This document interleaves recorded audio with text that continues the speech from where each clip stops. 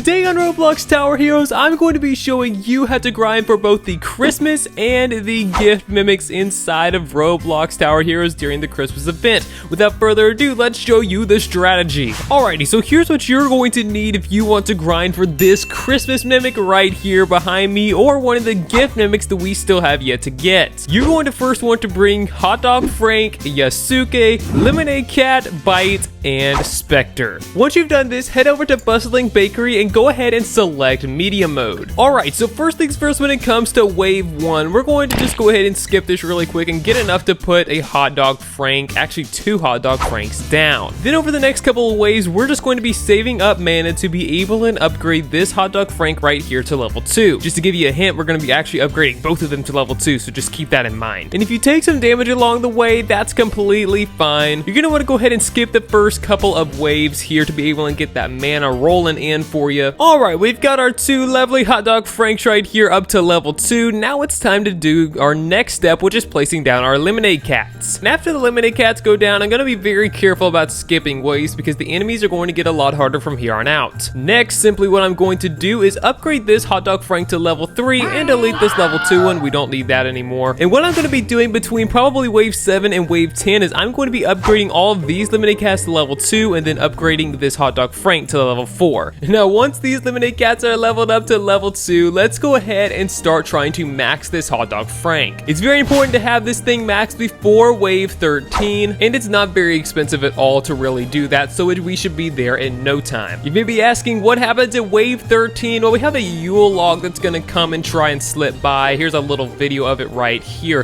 He's going to try and slip by us, and we have to have this Hot Dog Frank up to level 5 to be able and beat it. And just like that, it's only wave 11 and he's already maxed out. We're not gonna have to worry about this guy for a while now. I mean, I'm not sure about you, but I don't think I'd really want to be messing with a level 5 Hot Dog Frank. Now we have probably the easiest and probably most peaceful part of the entire round, and that's just going to be maxing out our Lemonade Cats.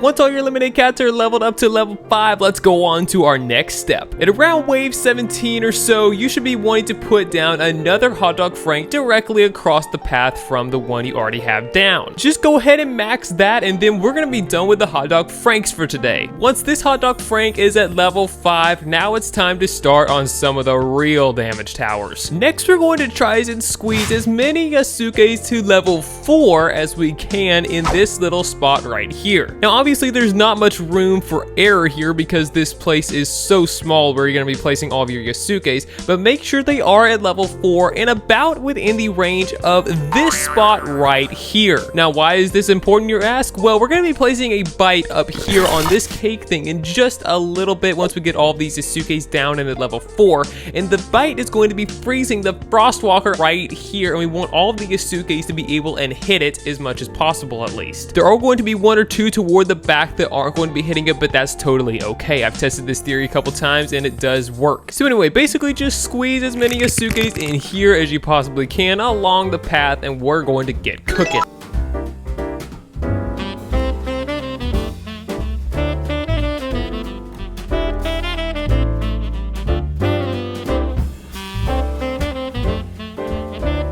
Once you've put all of your Yasukes down, or almost all of them, and you've reached this back half of the cake thing right here, I don't recommend putting any more past this point because I think people could get confused and start doing that. See, what you're going to want to do is put the rest of your Yasukes down right in this section over here. There should be about 3 of them left that you should place down, and that's exactly how many we're going to put down over here. As soon as you level up your last Yasuke to level 4, be hasty in putting down your Bite about it this strawberry right here on the cake. And now we're just going to do the simple task in leveling this Bite up to level 5, which shouldn't be very hard at all. Once we've leveled up that Bite, it's time to start working on maxing our Yasukes all to level 5. Now what I highly recommend you do is work from the back to the front, because if anything were to slip by, you want your strongest things at the back in case the thing that slipped by had a lot of health. A quick and helpful tip if you want to make sure you really survive: if you've been looking at all of your towers from from this perspective all this time,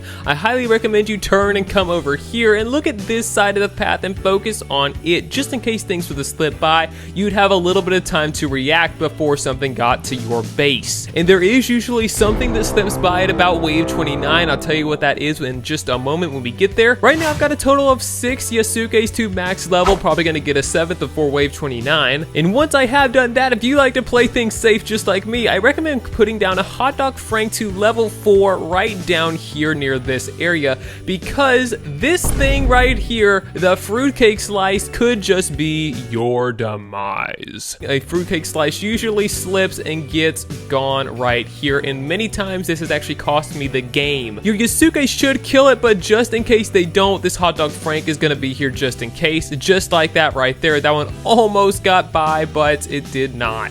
And then after this wave, if you place down a hot dog Frank, just go ahead and sell that. It's not really going to be of any use to you anymore. Alright, now possibly the hardest and most stressful task is officially over with. We've officially maxed every single Yasuke we can, and now we're just going to place down a Spectre. I usually put mine right here next to my Bite, and we're just going to max this bad boy out because we need some more power. And now with our Spectre down, giving all of our towers a double portion in power, there's only a couple more things to do before we win. This is not completely necessary, but if you want to, I recommend putting a level 4 Bite right down here so it just stuns the enemies a little bit before they come into this hole, whatever you like to call this. Just don't put a level 5 Bite down here. You want the immunity of the shock to go away, not the immunity of the paralyze, because yes, those are two different things in case you didn't know. But now one of the most important parts that we have to do is we have to save up 46,000 mana to be able and beat the Frostwalker. Well, we have to use all of the Yasuke's abilities. That's 36,000, and then I usually like to do the Spectre rate boost as well. If you're not sure if you're gonna get all the mana, don't forget to sell your Lemonade Cats at the very end of the wave as well. That's going to be an extra 20,000 mana for you. And I've already reached my 46,000 mana that I need, so I'm just going to even go ahead and sell my Lemonade Cats right here, right now. I probably didn't even have to sell them. And what we're going to want to do is when the Frostwalker gets to about this point, right before he enters into our chaos of everything over here,